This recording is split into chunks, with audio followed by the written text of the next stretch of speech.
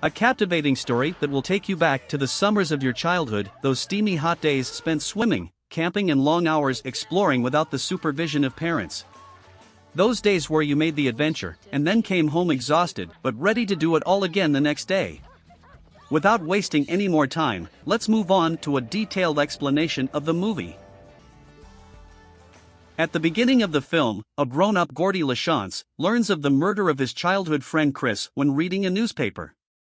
It triggers a flashback to the summer of 1969 when he was 12 years old, and he begins to tell the story of the first time he saw a dead body.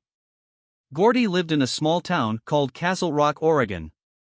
He has three best friends, Chris, Teddy, and Vern. They have a small treehouse near their homes where they spend most of their time together.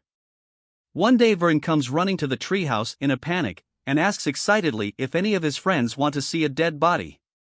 Vern explains that 9 months back he had buried money under his house but forgot the exact location, and when he was under there looking for it, he'd overheard his brother Billy and his friend Charlie talking. They had found Ray Brower's dead body by the river on Back Harlow Road a few days ago. Charlie wants to report this to the police, but Billy won't let him because both of them were there in a stolen car when they came across the body. If they tell the cops, they might find out about the stolen car. Charlie suggests making an anonymous call, but Vern's brother Billy calls him stupid and says they can trace calls.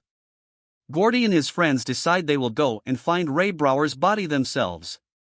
After they find it, they plan to report it to the police so they will all become famous, with pictures in the newspapers and interviews on TV.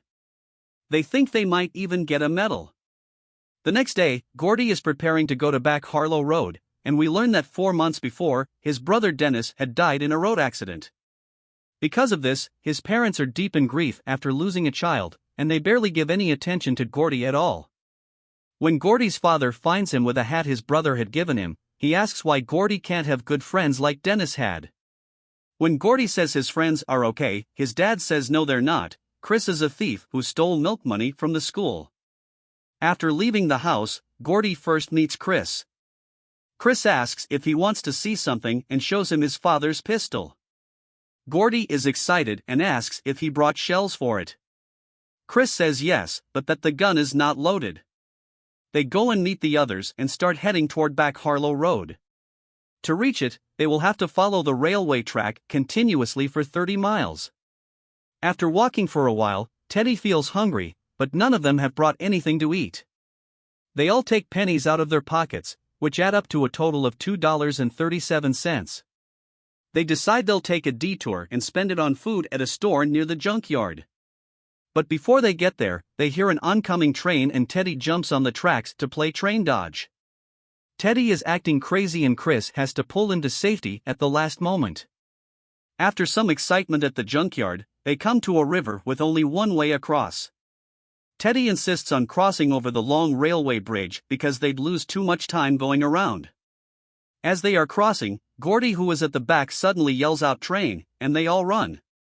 Vern is afraid of heights and has been crawling over the bridge, but Gordy knows he won't make it and grabs him and makes him run.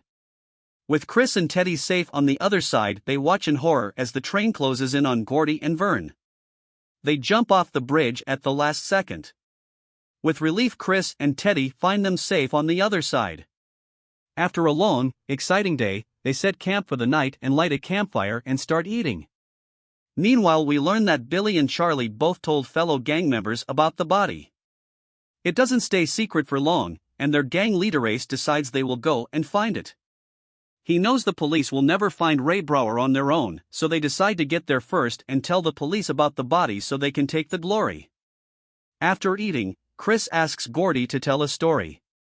This is where we find out that Gordy is a very good storyteller. Gordy begins to tell the story of a fat boy named Davy Hogan who was bullied by many of the townspeople and called lard ass because of his obesity. One day he takes part in a pie-eating contest.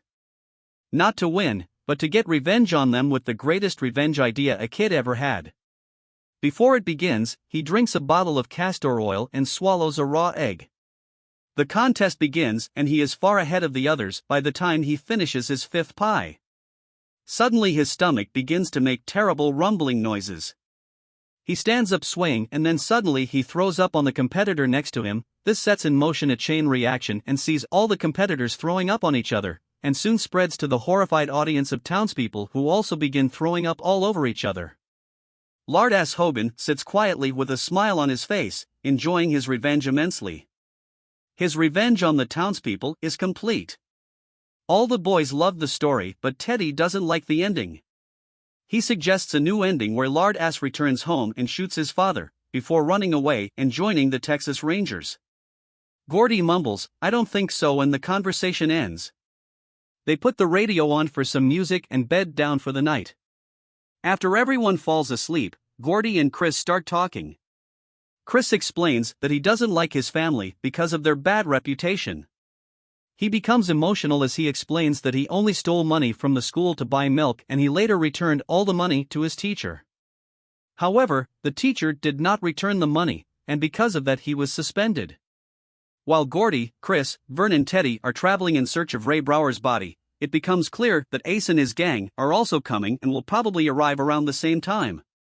Before they get there, Gordy and his friends have to pass through a swamp where they emerge covered in leeches. With horror they pry them off, until Gordy reaches into his trunks and pulls one out, leaving his fingers covered in blood, and causing him to faint. After some time, the boys finally arrive at Back Harlow Road, and find the body of Ray Brower. They stand over the dead body for a long time, each lost in their own thoughts.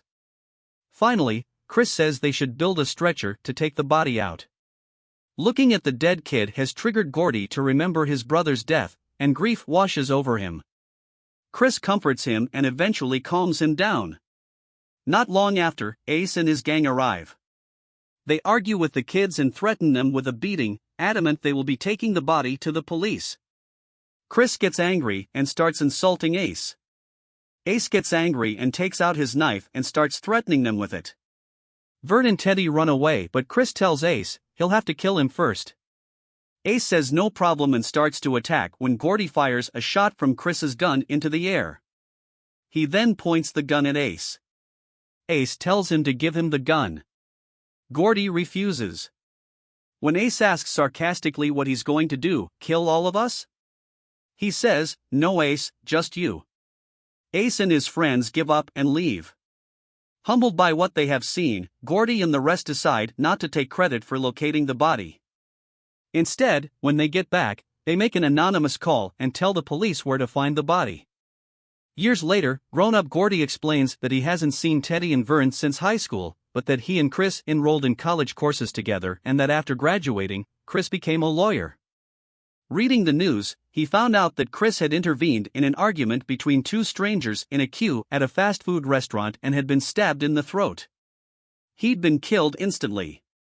Gordy is writing the story of that summer, sitting at the computer in his study.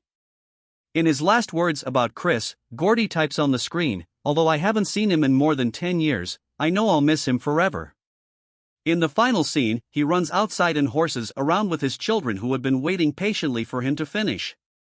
Here are today's movie, and if you like this story, don't forget to like and subscribe. Thanks.